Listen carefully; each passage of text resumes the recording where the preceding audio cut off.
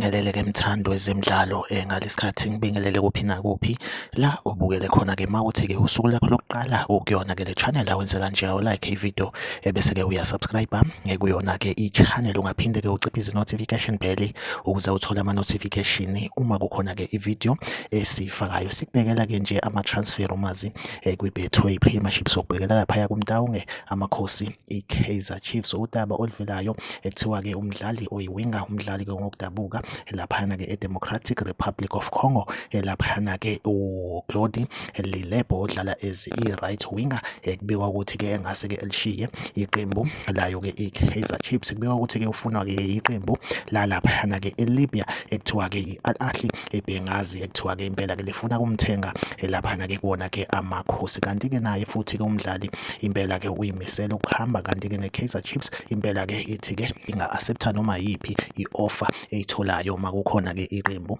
elifuna-ke yena-ke lo mdlali-ke uGlody Lilebo. Impela-ke iqembu esekuyilona eselivelile ukuthi-ke liyamfuna iyona-ke i-Al Ahly Benghazi yalaphana-ke eLibya. Iyona update engiyiphethe-ke njengamanje, like ivideo, subscribe kuyona-ke i-channel. Mina nawe ngizohlezi ngikhona la ngulethela-ke ama-transfer news kwi-Betway Premiership. Okwamanje-ke ivideo yethu asibambe la, nisale kahle.